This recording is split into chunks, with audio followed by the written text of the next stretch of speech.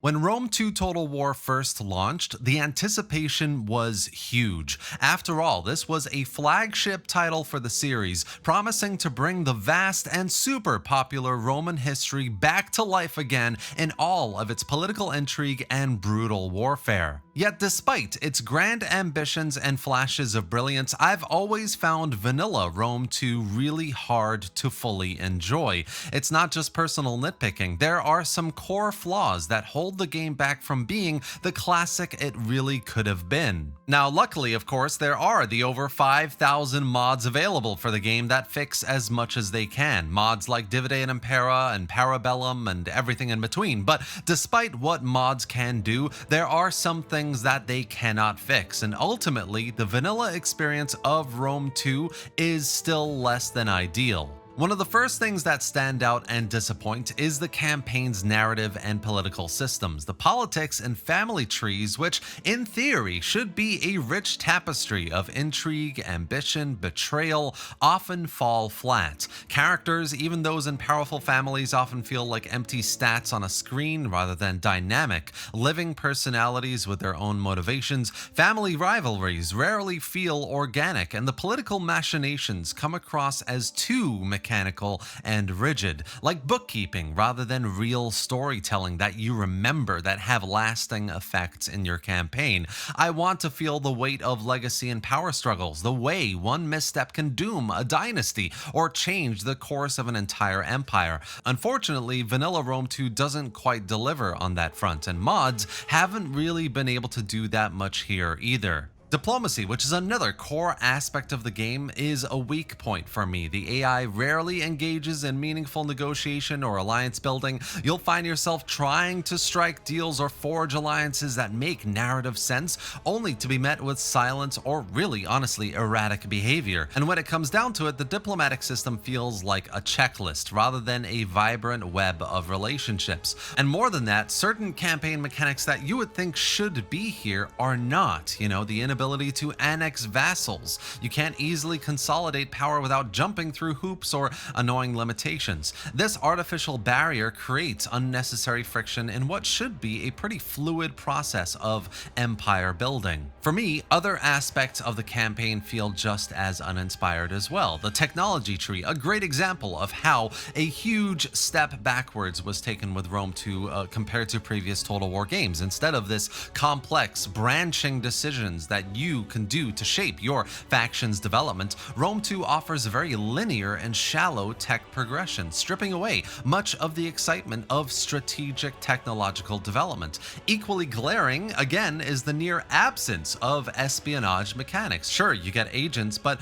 earlier titles allowed for spies, assassins, intrigue to play a meaningful role, but in Rome 2, espionage is barely present, leaving a huge gap in political gameplay, especially in an era rife with betrayal and subterfuge. This absence feels like a massive missed opportunity to add depth and immersion much needed in this game. Army management is also an area that suffers. There's little strategic depth, really, at the end of the day, in maintaining forces, with unit roles blending into one another and little encouragement for historical compositions. You can often field bloated armies that don't really make sense for the period or situation, reducing the tactical challenge. Overall, campaign pacing feels off. The epic rise and fall of Rome demands a sense of urgency, danger, and consequence, but instead, the campaign often feels safe and honestly just predictable. And then, of course, there are the battles. I mean, if the campaign left me underwhelmed, like I said, safe and predictable, the vanilla battle experience often makes me want to quit the game altogether. And this is, like I said, purely from a vanilla standpoint. Actually, mods, especially on the battle side of things,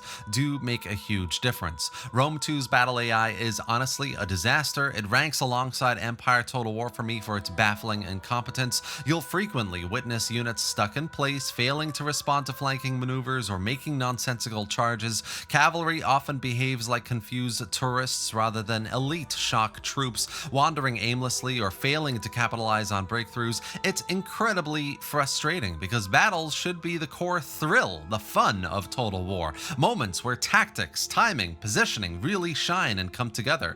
Instead, many engagements feel scripted and unchallenging, lacking the emergent drama that makes Total War warfare so compelling, especially especially in the peak best games that really do show this. Siege battles especially are another sore point, and let's be real, siege battles in a lot of Total War games aren't really that great, but in Rome 2, there are definitely a lot of very obvious issues. The siege maps tend to be bland and repetitive, especially with little variation or strategic complexity, instead of feeling like a gritty struggle for control over fortified settlements. Huge cities, sieges often devolve into tedious, drawn-out slugfests where clever tactics go unrewarded. The lack of diverse defensive options, the terrain features means every siege sort of feels the same, and players are left waiting for the inevitable breach rather than crafting intricate plans of attack or defense. On top of that, unit balance and battlefield roles are poorly defined. Many units feel generic, and there's little incentive to build historically accurate or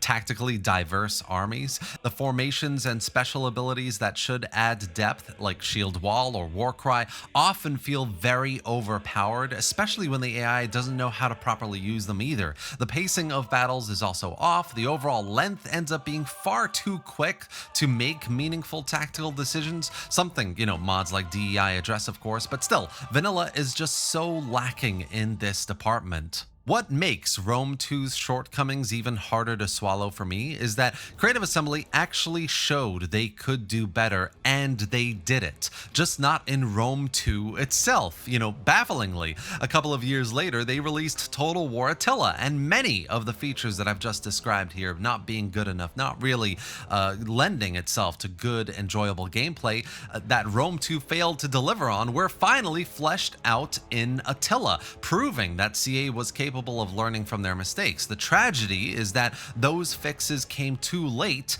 and in the wrong game. Whether it's the political system where characters had real personalities, ambitions, loyalty levels, and relationships that actually affected gameplay, AI where it was significantly more responsive on the campaign, it felt like factions had real motivations, grudges, and strategies, or even the battles that felt like a genuine step forward from Rome 2. While not flawless, of course, Attilla introduced better pacing, improved formation behavior, and more responsive AI tactics. Attilla improved on a lot of things that Rome 2 simply failed to deliver on and really never got fixed with. But here is the real tragedy of it all. Attilla, despite it being better than Rome 2 in many ways, never got the love or polish it deserved either. It was, and still is, infamous for poor optimization, stuttering, crash issues, inconsistent performance. Even high-end PCs struggle to run it smoothly. And so while it technically offered a more complete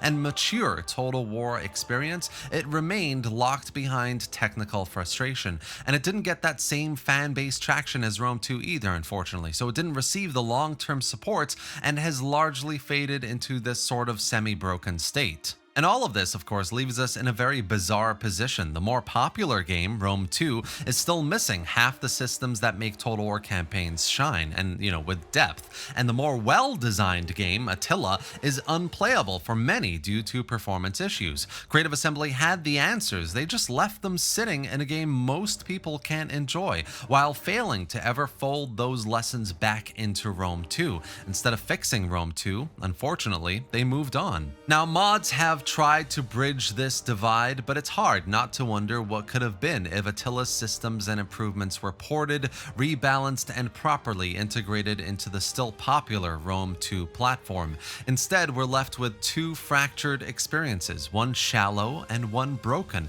and both are full of potential that still haven't been fully realized, unless of course you use the many thousands of mods currently available on the Steam Workshop. And all of this essentially is why I can't really play vanilla Rome 2 anymore without mods like Divide and Impera or Parabellum or anything in between that don't just tweak numbers, they do completely overhaul systems in a way, adding layers of depth and complexity for Rome 2 that sorely is lacking. Divide and Impera, for example, revitalizes family politics, adds meaningful diplomacy, vastly improves the technology and recruitment systems, and even adds whole new systems like population, supply supply mechanics, a lot more events, immersion than we got with vanilla, and all of this together makes each faction feel much more distinct and alive, and honestly, really worth playing. Parabellum, on the other hand, for me, focuses arguably a lot more on battles, sharpening, reshaping AI behavior, unit roles, turning each fight into a tense tactical experience where your decisions truly matter.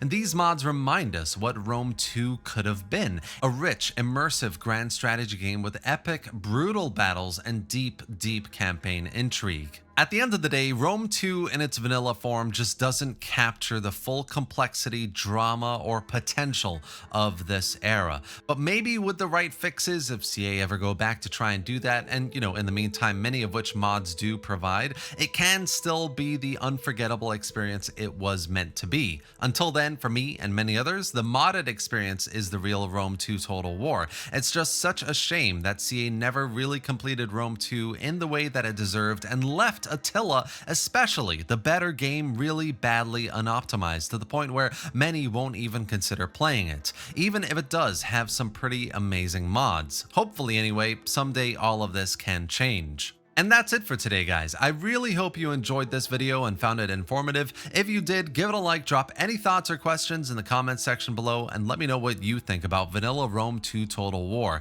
This has been my sort of monologue, basically, criticizing Rome 2 systems, how, compared to a lot of other Total War games, it's still really not up to par, despite CA's fixes and patches and later updates and campaign DLCs. It's just not really there, for me anyway. Mods go a long way, but there's only so much mods can do. Subscribe to the channel for more videos just like this, as always, and thanks for watching, guys. I'll see you next time.